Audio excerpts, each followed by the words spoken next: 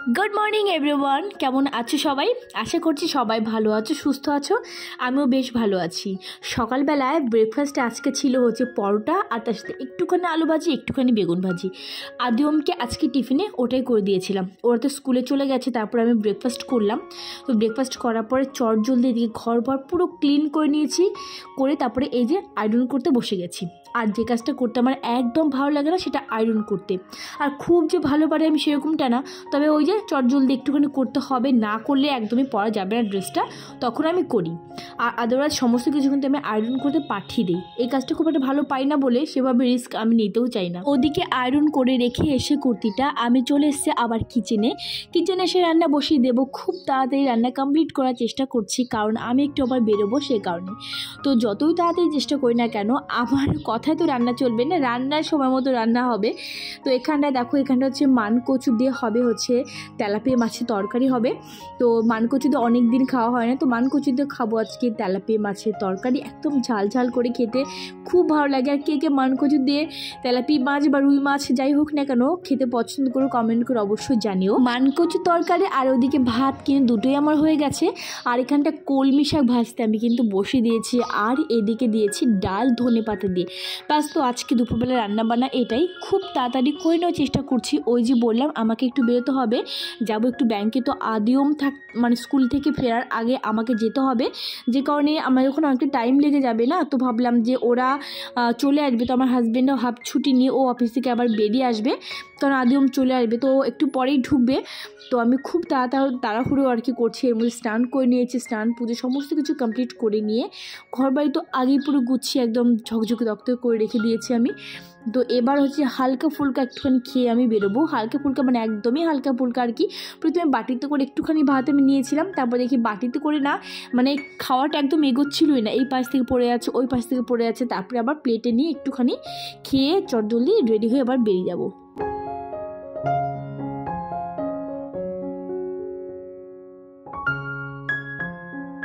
আজকে যে কুর্তিটা পরছি, এই কুর্তিটা না আমি যত সম্ভব সেকেন্ড টাইম পরলাম।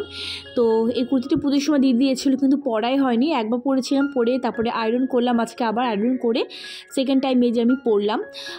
তো এই কুর্তিটা কেমন লাগছে অবশ্যই কমেন্ট করে জানিও। আমার এরকম গ্রিন কালারের কুর্তি খুব একটা নেই বললে চলে, তো এটা আমার খুব পছন্দ হয়েছে। তো অলরেডি কিন্তু আমি এই যে বেরিয়ে গেছি, আমি সিঁড়িতে আছি আর কি। তো নেমে যাবো একটু ব্যাংকে। বললাম তোমাদের কিছু কিছু কাজ এমন হয় না, যে কাজগুলো আমার ভীষণ বোর লাগে। যেমন ব্যাংকে কোনো কাজ করতে আমার প্রচণ্ড পরিমাণে বোর লাগে, আমার যেতে ইচ্ছে করে না। কিন্তু আবার ব্যাংকের কাজ বা যে কোনো অফিসিয়াল কাজ যখন নিজের কোনো কাজ পড়ে যায় না, সেখানটা তো যেতে হবে, কোনোভাবেই কিন্তু ইগনোর করতে পারি না।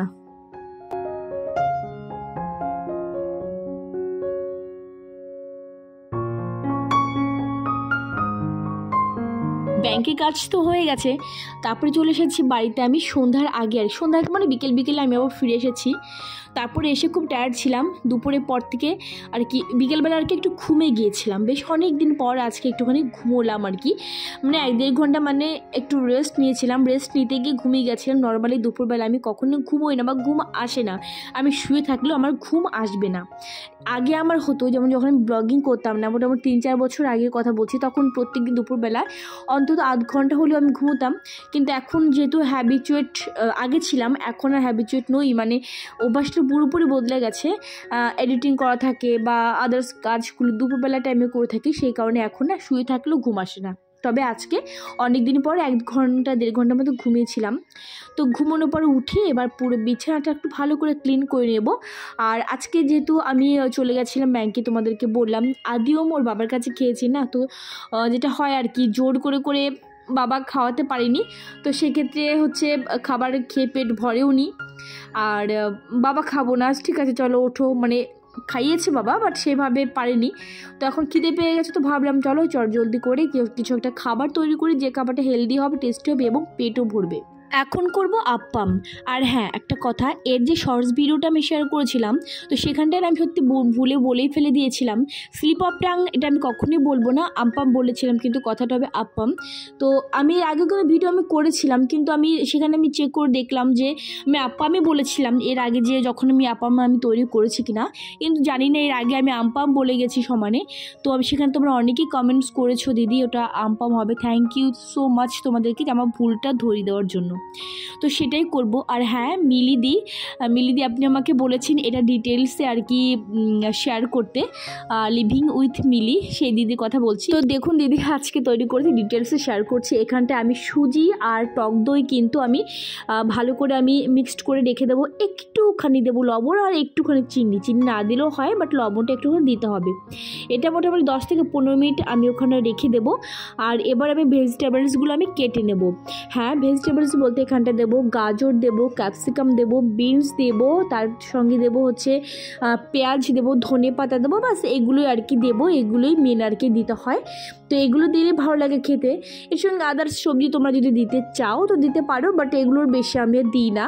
তো এখানে গ্রেট করে নিয়েছি গাজর, আর গাজরটা কিন্তু একদম মানে গ্রেট করতে হবে, কারণ একটু যদি মোটা থাকে গাজর কিন্তু একদম মানে কি বলবো, কাঁচা থেকে গেলে ভালো লাগে না, সে কারণে খুব ভালোভাবে কিন্তু গ্রেট করে নিতে হয় সমস্ত ভেজিটেবলসগুলো। এবার কিন্তু আমি সুজি এবং টক দই দিয়ে আমি মাখিয়ে রেখেছিলাম না, সেই ভেতরে এবার আমি দিয়ে দেবো, দিয়ে ভালো করে কিন্তু নাড়তে হবে। আর হ্যাঁ, যতটা টক দই বা সুজি মাখিয়ে রেখে দিয়েছিলাম তার চাইতে ভেজিটেবলসের পরিমাণটা কিন্তু আমার বেশি আছে।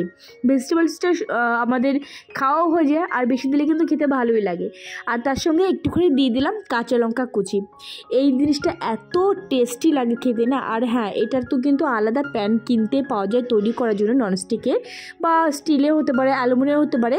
আমি ননস্টিকেও দেখেছি অনলাইনে, তবে আমার কাছে নেই। আমি ননস্টিকের প্যানে আমি তৈরি করব।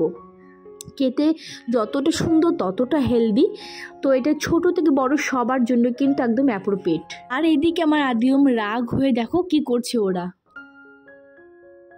নিচে কেন বসেছো তোমরা? বকা দিয়েছি তার জন্য নিচে বসেছো? রাগ করেছো বাবা? উপরে উঠে যাও। আদিওম কোনো রেসপন্স করছে না, দেখো কীরকম পরিমাণে রাগ করেছে। প্রচণ্ড পরিমাণে ঘর বাড়িগুলো এলোমেলো করেছিল না, সেই কারণে বলেছি পুরো ঘর আমাকে ভালো করে গুছিয়ে দিতে হবে, আর সেটা করেছেও বটে। বেড কভারটা যেরকম ছিল উল্টে আবার পাতিয়েছে ওদেরকে দিয়ে, এত পরিমাণে নোংরা করে ফেলেছে না। বেড কভারটা আজকে সকালে চেঞ্জ করেছি, তারপরেও নোংরা করেছে, কালার করছিল বেড কভার উপরে বসে বসে, সেই কারণে একটু বকাবকি করার জন্য খাটের থেকে নেমে নিচে বসে পড়তে বসছে। যাই হোক, চলো এখানটা দেখো আমি ননস্টিক প্যানে হালকা একটুখানি রিফাইন্ড অয়েল আমি দিয়ে দিয়েছি, একদমই কম। কখনোই ডুবো তেলে ভাজা যাবে না, তাহলে এর কোনো গুণাগুণ কিন্তু আর থাকবে না। সেভাবে যে কোনো জিনিস ডিপ ফ্রাই করলে কিন্তু সেরকম একটা গুণাগুণ থাকে না, সেই ভেজিটেবলস হোক বা যে কোনো খাবারে। তো অল্প একটুখানি দিয়ে জাস্ট আমি এপিট ওপিট করে একটুখানি নাড়িয়ে নেব। সত্যি কিন্তু খেতে ভীষণ ভালো হয়। এটা টমেটো সস হোক বা একটু চিলি সস হোক দিয়ে খেতে কিন্তু, মানে গ্রিন চিলি সস যেটা আর কি, এটা দিয়ে খেতে কিন্তু অত্যন্ত পরিমাণে ভালো লাগে। তো এখানটা দেখো রিফাইন অয়েলটা শেষ হয়ে গেছিলো, প্যাকেট থেকে আবার খুলে নিলাম। আর ওখানটা ওম কিন্তু চলে এসছে আবার। যতই রাগ করে হোক না কেন, এত সুন্দর টেস্টি একটা খাবার হচ্ছে, রাগ করে কি থাকতে পারে। আর ওদিকে বসে দিয়েছি আমি চা, আর এদিকে দেখো আপ্পাম সম্পূর্ণ কিন্তু তৈরি করা কমপ্লিট হয়ে গেছে। ওরা ওদিকে বসেছিল, তো ওদেরকে খাবার দিয়েছি, লাস্ট এইটুকু বাকি ছিল, বাস এইটুকু এবার আমি খাবো। আমার হাজব্যান্ডকেও অলরেডি কিন্তু দিয়ে আসা হয়েছে, মানে এখানটা আমি আমার হাজব্যান্ড মিলে কিন্তু খাবো। খেতে ভীষণ ভালো হয়। তো মিলিতে আমি আপনার উদ্দেশ্যে বলছি, আমি কিন্তু ডিটেলসে শেয়ার করেছি। অবশ্যই ঘরে একদিন তৈরি করবেন, বাচ্চাকে খাওয়াবেন, নিজে খাবেন, দেখবেন অসাধারণ লাগে খেতে। আর আজকে না আপাম খেতে খেতে ব্লগটা আমি এখানটা এন্ড করবো। আমার আদিওমে এক্সাম যেহেতু স্টার্ট হয়ে গেছে, তো সেভাবে আর ব্লগ হয়তো বড় করে কন্টিনিউ করতে পারছি না। সবাই অনেক ভালো থেকো, হ্যাপি থেকো, টাটা।